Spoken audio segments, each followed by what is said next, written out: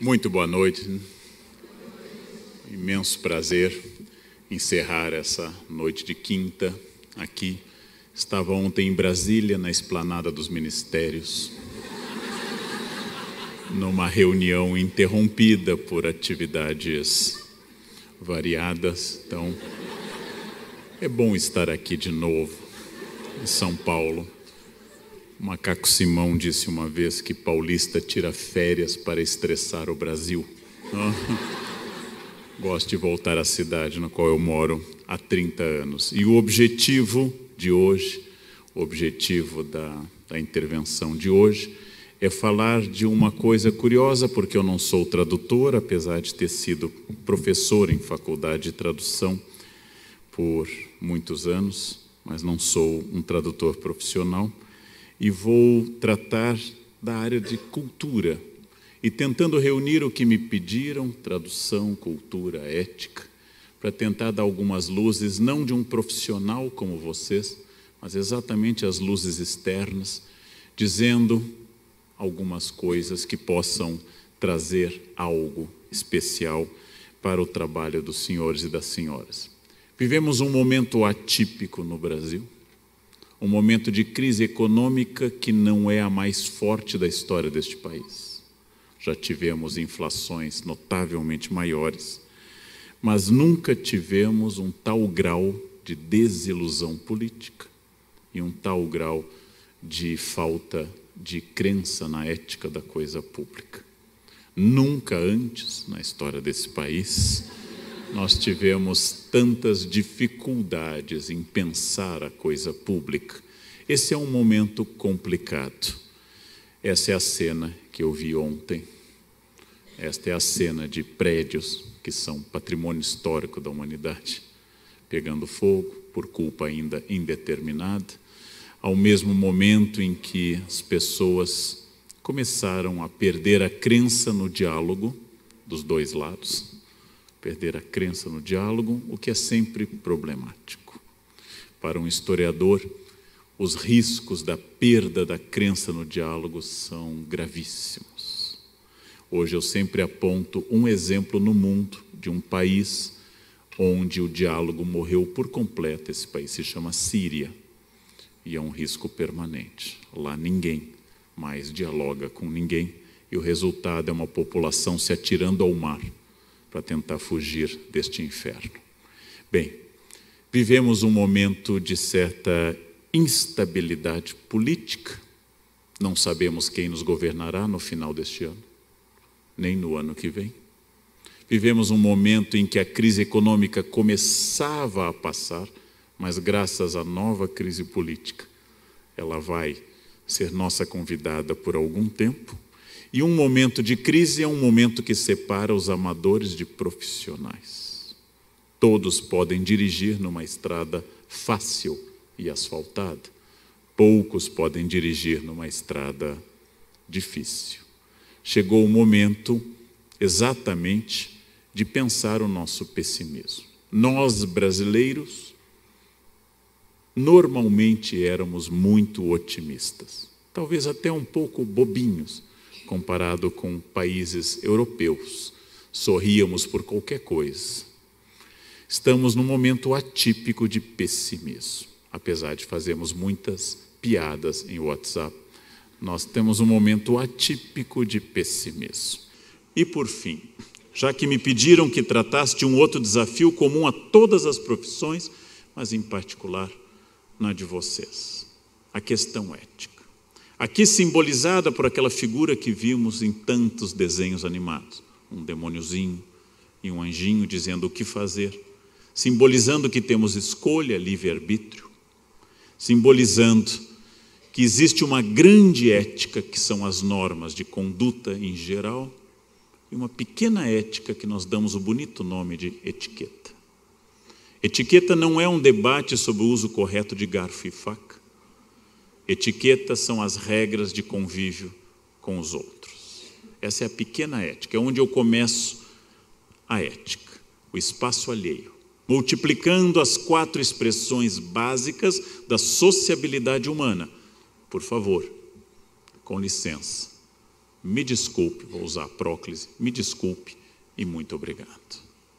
Com essas 4 expressões eu contenho todas as fórmulas em que eu reconheço o espaço do outro, não posso passar por cima dele, que ninguém tem obrigação nenhuma comigo, que tudo que me derem é um favor e que eu não sou o único nesse universo e posso errar.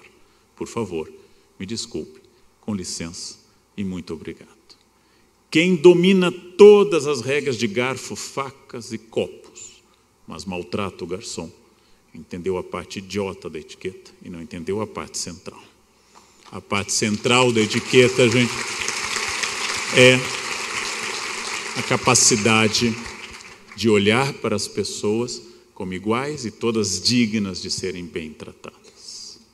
Como eu já disse diversas vezes em cafés filosóficos gravados, respeitar a pessoa superior a mim não é etiqueta, é bom senso. Respeitar ao ministro do Supremo Tribunal, respeitar ao homem de 2 metros, 120 quilos de músculos, não é etiqueta, é Newton, massa maior, massa menor. Respeito existe a partir do convívio com a faxineira terceirizada do prédio. Aqui se começa a falar de etiqueta, o convívio. Essa etiqueta tem que ser recuperada no ônibus, no metrô, na escola, na empresa. Mas vamos falar da grande ética, aquela que Aristóteles chamou pelo nome do filho, Ética Nicômaco. O único livro que tem o nome de alguém da família dele, que é também o nome do pai de Aristóteles. Lá ele diz que a virtude ética é adquirida pelo hábito, ou seja, ninguém nasce ético. Nenhum bebê é ético. Nenhum bebê na história jamais pensou, não chorarei essa noite, porque minha mãe está cansada, seria inadequado. Nenhum bebê jamais pensou, não molharei essa roupa, porque meu pai se esforçou muito para comprá-la. Os bebês fazem o que querem, na hora que querem, são máquinas de excretar e de ingerir. Cabe aos pais, diz Aristóteles, cabe aos professores fazê-los adquirir a ética, que é a noção de que existe alguém além de mim. Alguns conseguem aprender. Ética é a noção de que eu não estou sozinho nesse mundo. Ética implica responsabilidade. Responsabilidade aristotélica é trazer o meu eu na resposta. Parar de culpar aos outros, terceirizar a culpa, excluir-me da história. Nossa tendência, especialmente na cultura brasileira, é a exclusão do eu. Faz 35 anos que eu dou aula, há 35 anos meus alunos se atrasam. Há 35 anos eu pergunto, você está atrasado? Estão.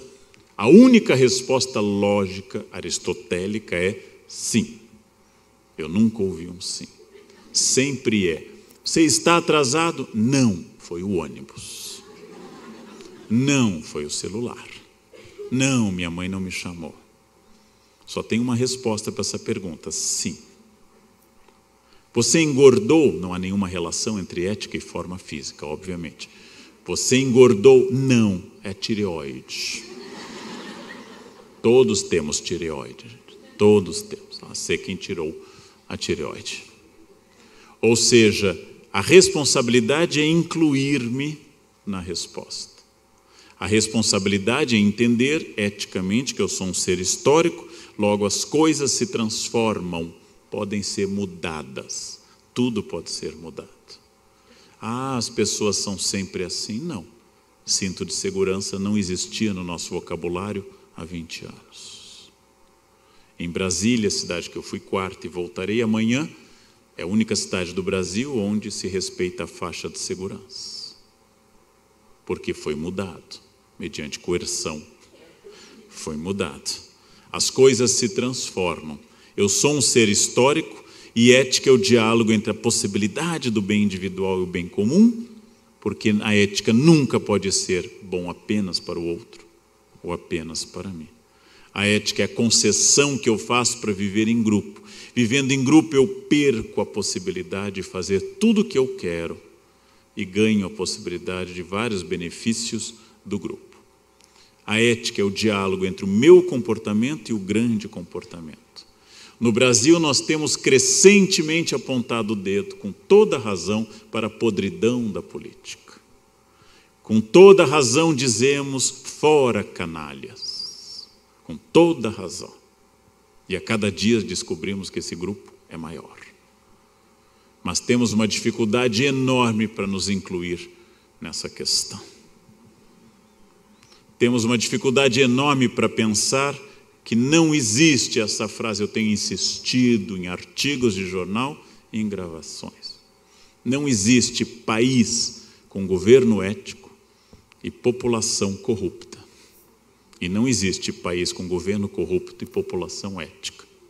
Em todos os países do mundo, notáveis pela corrupção, como Coreia do Norte, país considerado um dos mais corruptos do mundo, ou notáveis pela transparência, como Dinamarca, em todos há uma junção ética entre povo e governo. Então, responsabilidade aristotélica é pensar que mudar os políticos é relativamente fácil, ainda que traumático. Dizia o grande Essa de Queiroz que políticos e fraldas devem ser trocados com frequência e pelo mesmo motivo. A ética não é apenas cobrar dos políticos o que deve ser cobrado, mas a ética envolve a faixa exclusiva de ônibus, o acostamento, o atestado médico falso. Eu dou aula de ética na faculdade, passo uma lista e um aluno assina pelo outro, na aula de ética. Aprendendo sistemas éticos. Atestados médicos que eu recebo há décadas. E são essas pessoas que não vêm à aula, pedem para colocar seu nome porque estão numa passeata na Paulista para acabar com a corrupção desse país. Bem, é um suicídio nesse caso.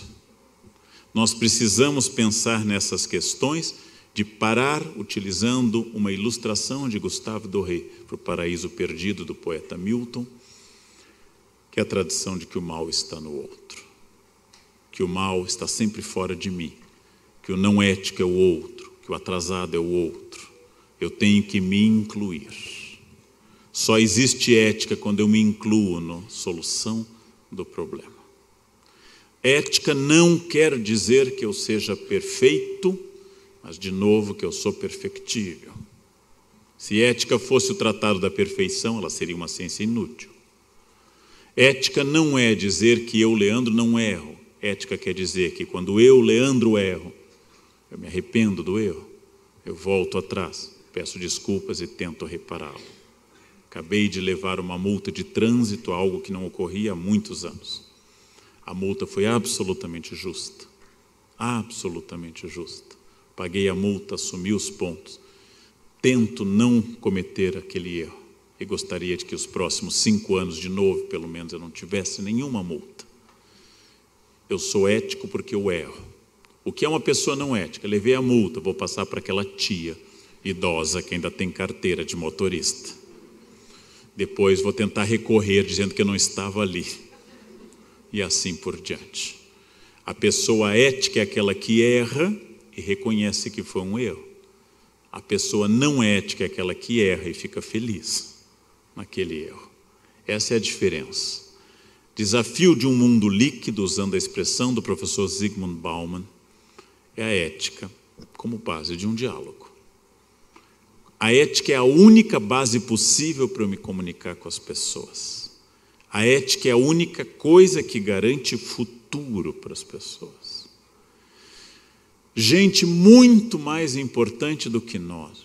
Gente com muito mais dinheiro, poder e influência. Gente que mandou nesse país e conseguiu corromper países vizinhos.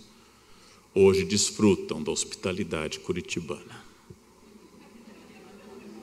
Pensem, senhores. Pensem, senhoras. Se homens multibilionários que pagaram advogados a peso de ouro não conseguiram escapar da cadeia, o meu conselho: nós não temos renda para sermos não éticos. Nós não temos dinheiro para infringir a lei. Porque gente que tinha muito não escapou. Nós temos uma chance de pensar o nosso futuro, porque graças a uma série de fatores, pela primeira vez, estamos colocando o dedo na figura e na ferida da ética. É a primeira vez na história do Brasil. É a primeira vez na história desse país que há um homem branco milionário preso. Cadeia na história desse país não foi feita para brancos milionários. Eu brinquei com uma moça do supermercado, ela me deu dinheiro a mais, eu devolvi R$2, ela me disse, o senhor é honesto. Eu disse, minha filha, eu sou da elite branca brasileira, a gente nunca rouba pouco. A gente nunca rouba pouco. Quando a gente rouba, é legal. A gente afunda um país. No dia a dia a gente é super honesto, cordato, simpático. Bem, a ética é o futuro. Gandhi, homem que eu admiro imensamente, disse que eu não posso mudar o mundo, obviamente, mas eu posso ser a transformação que eu quero ver no mundo. Esse é um grande conselho ético. Não posso fazer o mundo ficar ecológico, mas eu posso reciclar lixo na minha casa. Não posso impedir a agressividade das ruas contra as mulheres, mas eu posso não ser cafajeste. Eu não posso salvar o trânsito de São Paulo, mas eu posso não ser um motorista assassino. Eu devo ser a transformação que eu quero ver no mundo. Já é bastante, já é muito, se eu conseguir isso. Trabalho é o grande campo para eu exercer a ética. Se eu não exercesse o trabalho que eu faço, escrevendo, dando aula, fazendo palestras, se vocês não exercessem a nobre função de traduzir e interpretar, todo o conhecimento que nós temos estaria inutilizado, porque ficaríamos em casa, voltados para o nosso universo fechado. O trabalho é o desafio de ir ao mundo, enfrentar dificuldades, enfrentar problemas, crescer, transformar grãos de areia em pérolas, tolerar, produzir, voltar para casa cansado, porque a diferença de emprego, algo que me dá dinheiro, e trabalho, algo que dirige a minha vida, é muito grande. Todos aqui já tiveram emprego na vida. Todo mundo já teve algum emprego, algo que eu fiz para conseguir algum dinheiro para sobreviver. Emprego não é ruim, mas deve ser no início da carreira. Agora nós temos que ter trabalho, um projeto de vida. Claro, é o que eu faço. Não é um castigo. Não é algo errado. É claro que eu não gosto daquelas pessoas que segunda pela manhã dão um bom dia entusiasmados na empresa. Acho um exagero. E aqui lanço uma campanha nacional que eu vou repetir em todas as cidades do país, gente. Basta de bom dia no WhatsApp, gente. Basta de bom dia, né? Pelo amor de Deus. Se alguém der bom dia, ignorem. Se der bom dia com imagem de flores, bloqueiem. Basta de bom dia, gente. Basta de bom dia. Tem que acabar com hábitos terríveis. Ética torna a vida mais fácil. Ética torna a vida possível. Ética torna a vida viável. Ética é tudo isso. A não ética é sempre o caminho mais difícil. O aluno leva mais tempo fazendo a cola do que lendo o texto. Como eu disse a um amigo bem mais velho que eu, que infelizmente revelou-me trair a esposa, eu disse, não é muito esforço para tão pouco. Não é muito esforço para um retorno tão pequeno. Porque a ética é sempre o caminho tranquilo, quando o guarda lhe para, você desce feliz. Você tem os documentos em dia. Não precisa baixar um aplicativo para ver se há uma blitz.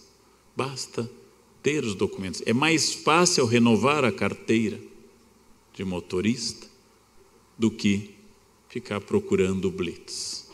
Ética torna a vida mais fácil. Ética é a base para eu fazer qualquer coisa.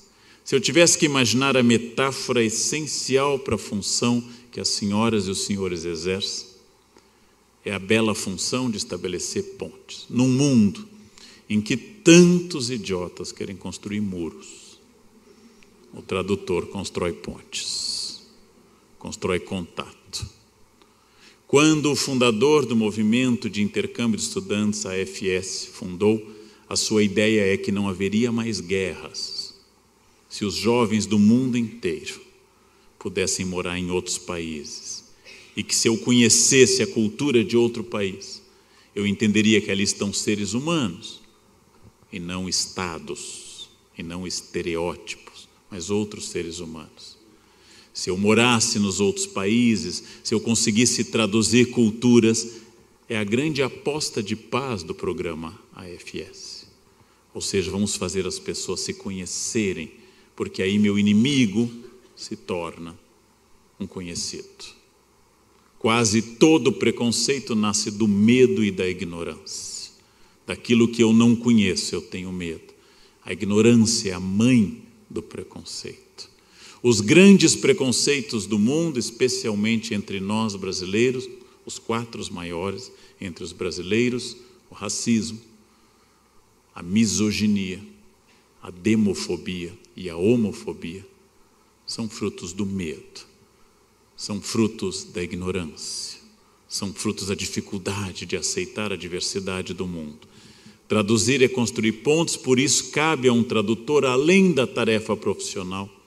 Quando eu traduzo um livro, eu faço uma nação inteira ter acesso a uma reflexão. Quando eu traduzo uma palestra, um vídeo, quando eu faço legendas, quando eu traduzo qualquer coisa, eu faço as pessoas terem acesso à diferença. Eu diminuo o medo das pessoas. Traduzir é um exercício de paz permanente. Traduzir é uma construção de pontes. Enquanto as pessoas se comunicam, elas diminuem o medo. O mundo globalizado, um mundo de uma aldeia global, onde sabemos das coisas quase que instantaneamente, é um mundo que precisa de um esforço ético titânico. Porque eu tenho que traduzir culturas e valores, evitar julgamentos, estabelecer essas pontes, tornando minha tarefa, em primeiro lugar, técnica, óbvio, em segundo lugar, cultural, como eu destaquei ao longo de toda a fala, em terceiro lugar, uma tarefa ética de aproximar pessoas, fazer que elas entendam que atrás dos estereótipos nacionais, atrás das construções estereotipadas, existem seres humanos. Que surpresa! Todas as vezes na minha vida que eu descobri após uma viagem que o Irã era habitado por pessoas muito interessantes, mas que a imprensa não tratava. Que atrás dos povos que eu olhava com desconfiança, graças a uma série de fatores, havia gente como eu, com sonhos, com desejos e todas as riquezas de cada cultura.